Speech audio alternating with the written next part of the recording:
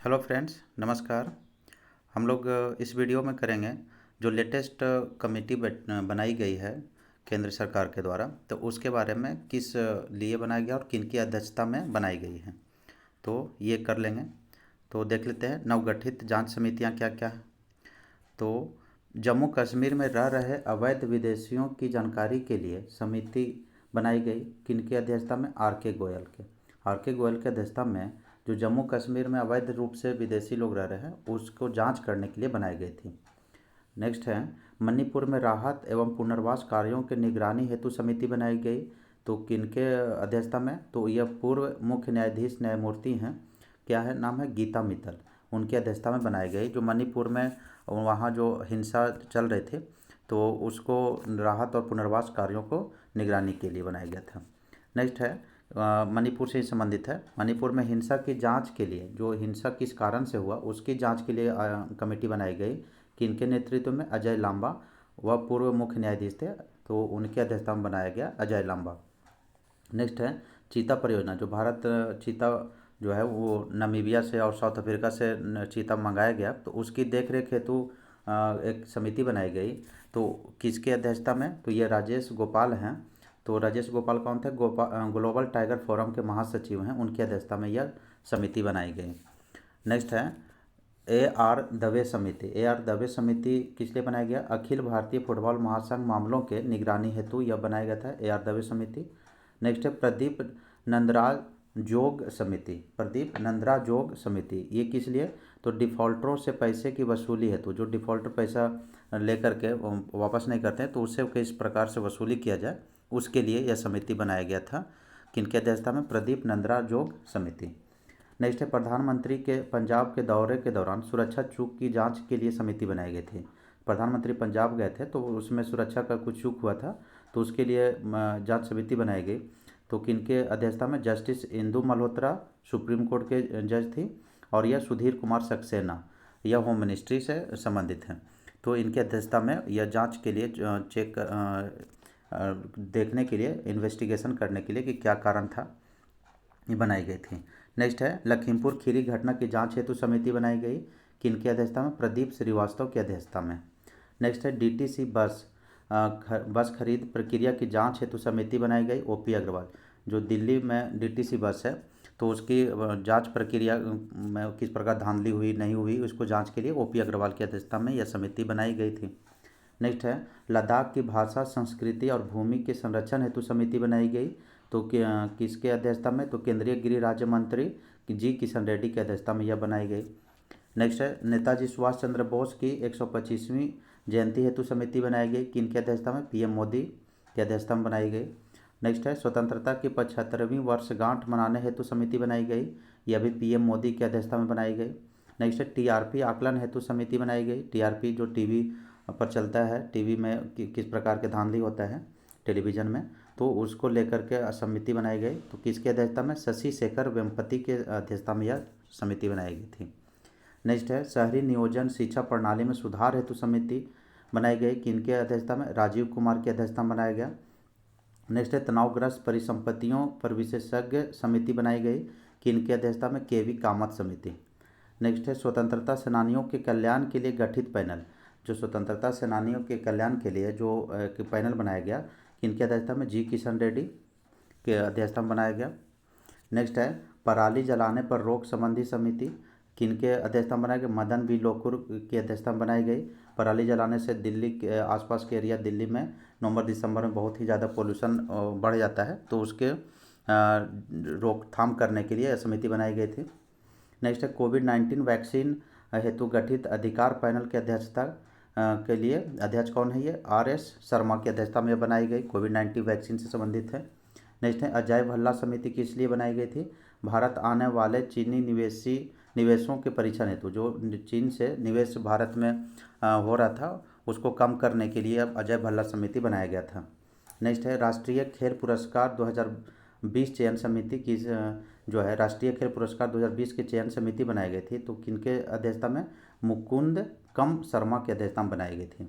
Next है मानव अधिकारों पर कोविड-19 प्रभाव का अध्ययन करने हेतु विशेषज्ञ समिति बनाई गई, कि कोविड-19 का जो वैक्सीन है उसका कोविड-19 का प्रभाव मानव अधिकारों पर किस प्रकार से पड़ रहा है, उसके लिए एक समिति बनाई गई। किनकी अध्यक्षता में? Doctor KS. रेड्डी की अध्यक्षता में बनाई गई। नेक्स्ट है डॉक्टर बी.एस. चौहान समिति। किस लिए बनाया गया था? तो यूपी में विकास दुबे प्रकरण के न्यायिक जांच हेतु ये बनाया गया था। नेक्स्ट है ड्रग रेगुलेटरी सिस्टम सुधार समिति। ये राजेश भूषण की अध्यक्षता में बनाया गया। नेक्स्ट है राष्ट्रीय शिक्षा नीति 2020। तो यह मोस्ट इंपॉर्टेंट है, डॉक्टर के कस्तूरी रंगन की अध्यक्षता में राष्ट्रीय शिक्षा नीति 2020 बनाई गई थी और यह राष्ट्रीय शिक्षा नीति 2020 लागू हुआ। नेक्स्ट है ई गवर्नमेंट ऑफ मिनिस्ट्री, मंत्रियों के समूह के लिए गठित बनाई गई समिति। आयुध निर्माणी बोर्ड के निगमीकरण की निगरानी हेतु बनाई गई। किनकी अध्यक्षता में? तो राजनाथ सिंह जो रक्षा मंत्री हैं उनकी अध्यक्षता में बनाई गई। नेक्स्ट है एस.सी.एल. दास समिति। एस.सी.एल. दास समिति किस लिए बनाई गई थी? असम में ऑयल इंडिया लिमिटेड के एक कुएं में हुए विस्फोट की जांच के लिए बनाया गया था एस.सी.एल. दास समिति। देखते हैं कुछ लेटेस्ट अधिनियम है। तो नारी शक्ति वंदन अधिनियम मोस्ट इम्पॉर्टेंट है, ये एग्जाम में आने की संभावना पूरी है 99%। तो नारी शक्ति वंदन अधिनियम जिसे महिला आरक्षण विधेयक भी कहते हैं, 128वीं संशोधन विधेयक है ये। 128वीं संशोधन विधेयक 2023 लोकसभा राज्यसभा से पास हो गया, जिसमें 33% महिलाओं की सीट जो है आरक्षित किया गया। कितने साल तक लागू रहेगा? ये 15 साल तक के लिए रहेगा। और इस विधेयक को केंद्रीय कानून मंत्री अर्जुन राम मेघवाल ने लोकसभा में पेश किए थे, है ना। अर्जुन राम मेघवाल के द्वारा लोकसभा में पेश किया गया कब? 20 सितंबर को, और 21 सितंबर को यह राज्यसभा में सर्वसम्मति से पास हो गई। नेक्स्ट है CAA, बहुत ही चर्चित विधेयक, नागरिकता संशोधन विधेयक। यह कब आए थे? 2019 में। लोकसभा से 9 दिसंबर 2019 को और राज्यसभा से 11 दिसंबर 2019 को यह पारित हुआ। और भारतीय नागरिकता का अधिनियम 1955 में संशोधन किया गया है। इसमें भारतीय नागरिकता अधिनियम 1955 में संशोधन किया गया है। इस अधिनियम के तहत 12 दिसंबर 2019 को राष्ट्रपति के हस्ताक्षर के बाद यह कानून बन गया, जिसके बाद यह बहुत विवाद भी हुआ था। ये याद रखिए 5 नए जो हैं अस्थायी सदस्य संयुक्त राष्ट्र सुरक्षा परिषद के मेंबर बने हैं। तो ये कौन कौन है? अल्जीरिया हैं, गुयाना है, दक्षिण कोरिया है, सीरा लियोन है और स्लोवेनिया है। तो ये मोस्ट इम्पॉर्टेंट है, यह पूछ सकता है कि निम्न में से कौन जो है नए सदस्य नहीं बनाए गए हैं। तो अल्जीरिया बनाए गए हैं, गुयाना, दक्षिण कोरिया, सीरा लियोन और स्लोवेनिया। अब नई शिक्षा नीति 2020 के बारे में जान लेते हैं। यह नई शिक्षा नीति जो है वह 34 वर्षों बाद आई है और यह 29 जुलाई 2020 को यह बनाई गई। और किसकी अध्यक्षता में? के कस्तूरी रंगन की अध्यक्षता की जो है समिति, उसने यह रिपोर्ट जारी की थी। नई शिक्षा नीति के तहत वर्तमान में जो अभी किस प्रकार के वर्तमान में 10+2 के शैक्षिक मॉडल जो है उसको रिप्लेस करके 5+3+3+4 मॉडल लागू किया जाएगा। नई शिक्षा नीति लागू करने वाला देश का पहला राज्य कौन है? तो यह उत्तराखंड है। यह भी महत्वपूर्ण फैक्ट है कि नई शिक्षा नीति लागू करने वाला देश का पहला राज्य कौन है? तो यह उत्तराखंड है। अब यह धारा 370 और 35A को समाप्त कर दिया गया है, जम्मू कश्मीर से संबंधित था। अब सुप्रीम कोर्ट भी इसको वैध ठहराया है। तो 11 अगस्त 2019 को जम्मू कश्मीर राज्य का विशेष दर्जा समाप्त कर धारा 370 और 35A को हटा दिया गया।